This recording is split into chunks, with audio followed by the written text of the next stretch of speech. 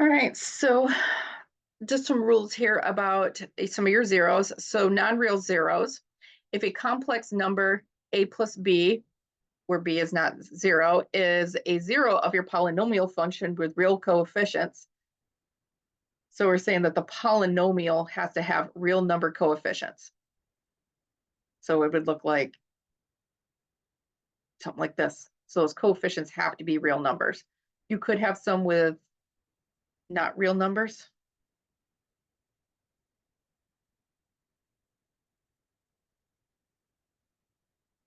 So like I said, all those coefficients have to be real numbers. If all of those coefficients are real numbers and a plus bi is a zero, then its conjugate, a minus bi, would also have to be a zero. So we need that because, like we said, when we multiply those conjugates, what happens is that it gets rid of the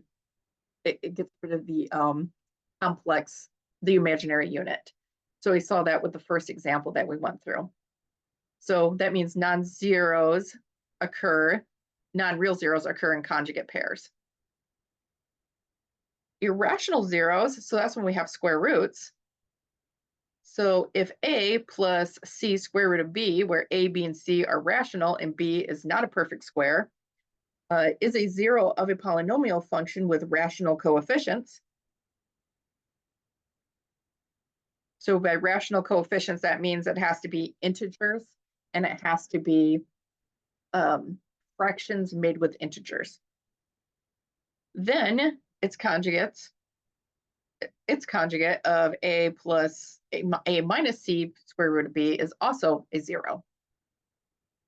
So if you have real coefficients on your polynomial, real number coefficients, then if you have a complex non-real zero, like a plus bi or a minus bi, then its conjugate is also going to be a zero.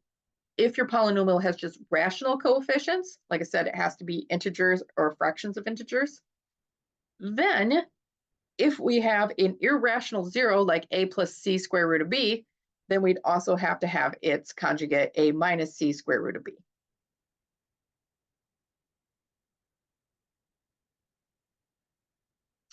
So suppose that a polynomial function of degree 6 with rational coefficients has -3 plus 2i, -6i, and 1 plus square root of 2 as 3 of its zeros. We want to know what the other are. So really what that degree is telling me is that I'm going to have 6 zeros. They could be complex zeros, they could be real zeros, but we're going to have 6 of them. So we have a polynomial function with rational coefficients. So if it's rational, it also means that they're real coefficients, because rationals are a subset of the real numbers. So that means that each one of these should have its conjugate as well.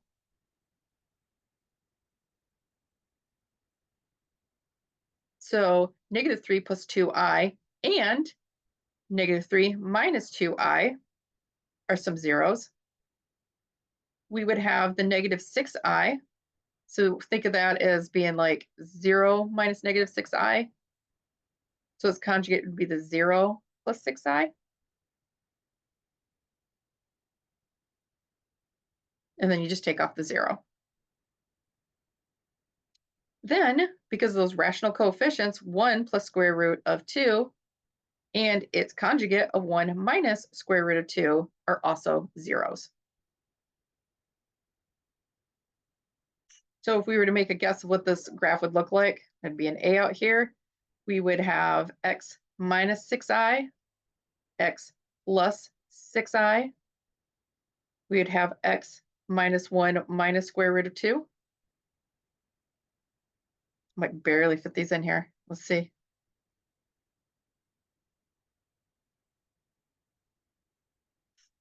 We would have x minus 1 plus square root of 2. Yeah, I'm going to have to put the others down here. And then keep remembering, I was still multiplying. And we would have x plus 3 minus square root of I and x plus 3 plus 2, sorry, not square root of I, 2I. There's too many square roots in here. So that's what it would look like if we knew what all its zeros were. Like I said, we're just using those root theorems so we can get our non-real roots and our irrational roots. And then we can make our factored form of this.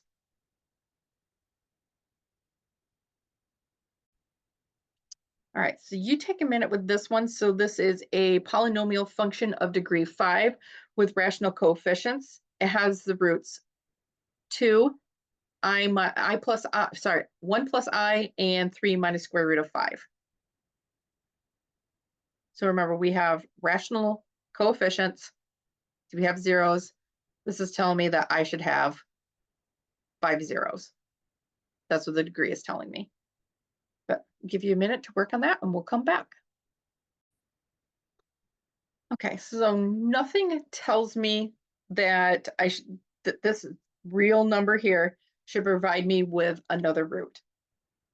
So we just have 2, and then there's nothing else we can do there. Now, because we got those rational coefficients that are real number coefficients, 1 plus I also would have its conjugate of 1 minus I. Now, because of the rational coefficients, our irrational root of 3 minus square root of 5 would tell me that I would also have to have 3 plus the square root of 5.